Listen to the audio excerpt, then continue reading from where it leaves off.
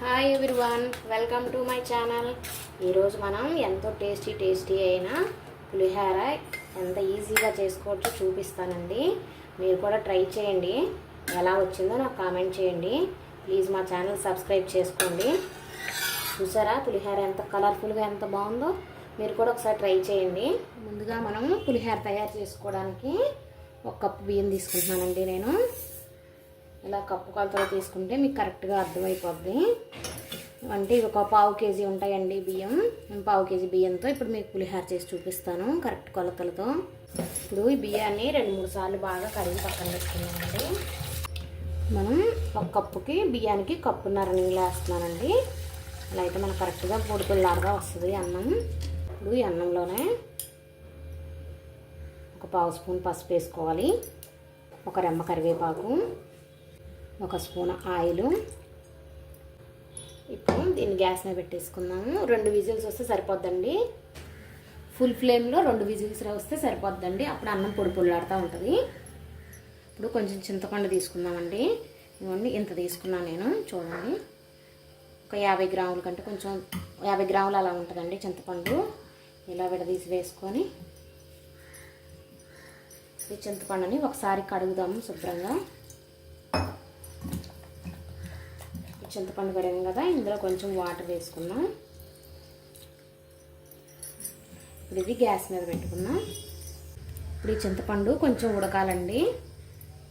ఇలా కొంచెం ఉడికిన తర్వాత మనం రసం తీసుకుంటే చింతపండులో నుంచి గుజ్జు బాగా ఎక్కువగా వస్తుంది. చింతపండు బాగా మెత్తగా ఉడికిపోయింది. గ్యాస్ ఆఫ్ చేసేస్తాను. ఇప్పుడు ఈ చింతపండులోంచి వాటర్ రాకుండా ఓన్లీ చింతపండు వరకు తీసుకొని మిక్సీ జార్లో వేసుకోవాలి. ఈ గుజ్జులు ఇప్పుడు మెత్తగా మిక్సీ పట్టుకుందాం. ఇప్పుడు చింతపండుని మెత్తగా గుజ్జులాగా చేశానండి. ఇప్పుడు మనం చింతపండు ఉడికించినప్పుడు వాటర్ కొంచెం ఉన్నాయి కదా, అవి కూడా ఇందులో వేసేసుకుందాం.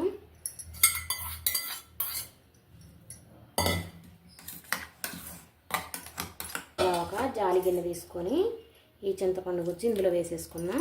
ఇప్పుడు ఈ చింతపండులోంచి గుజ్జు తీసుకుందామండి. మనం ఇలా గుజ్జు తీసుకునేటప్పుడు కొంచెం వాటర్ కూడా మధ్యలో కొంచెం వాటర్ వేసుకుంటూ గుజ్జు తీసుకోవాలి. ఇలా చింతపండులోంచి గుజ్జు అంతా తీసానండి. ఇలా ఉడికిచ్చి మిక్సీ బట్టి చేసుకుంటే మనకి గుజ్జు ఎక్కువగా వస్తుంది.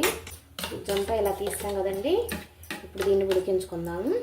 మనం చింతపండు గుజ్జు ఉడికించుకునేటప్పుడు కొంచెం పసుపు వేసుకుందాం, కొంచెం కరివేపాకు, ఒక 4 పచ్చిమిర్చి, ఒక 1/2 స్పూన్ ఉప్పు, ఒక 2 స్పూన్లు ఆయిల్ వేసుకొని ఇప్పుడు ఇది బాగా దగ్గరగా వచ్చేలాగా ఉడికించుకోవాలి. రైస్ ఉడికిపోయిందండి. రైసు వెడల్పాటి ఒక ప్లేట్లో వేసుకొని రైస్ బాగా ఆరబెట్టుకున్నాము.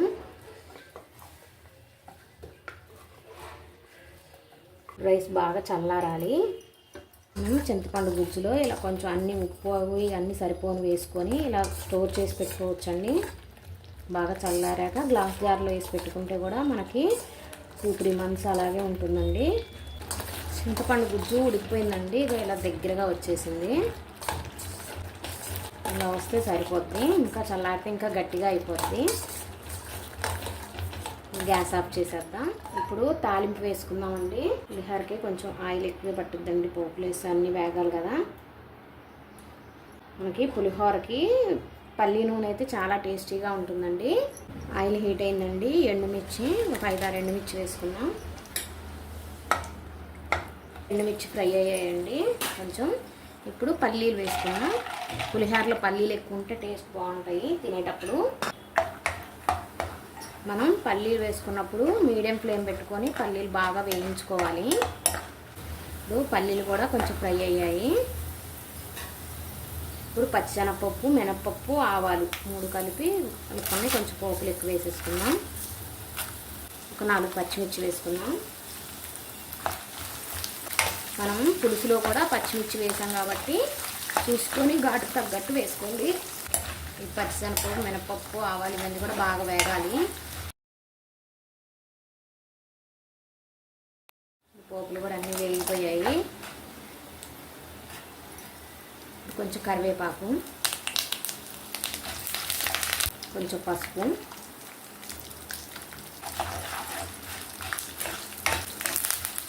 కరివేపాకు కూడా బాగా క్రిస్పీగా వేగిపోయింది.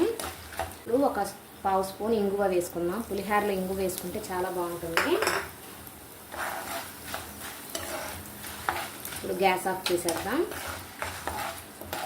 పోపు కూడా బాగా వేగిపోయింది. అలాగే రైస్ కూడా పూర్తిగా చల్లారిపోయిందండి. మనం చింతపండు గుజ్జు ఉడికించుకున్నాం కదా, ఇది ఇందులో వేసి కలుపుకున్నాం.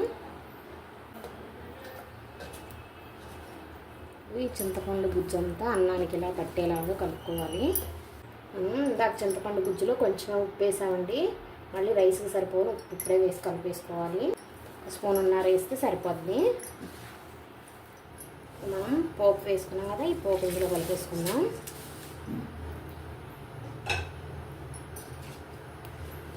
ఈ పోపు అంతా కలిసేలాగా కలుపుకోవాలి.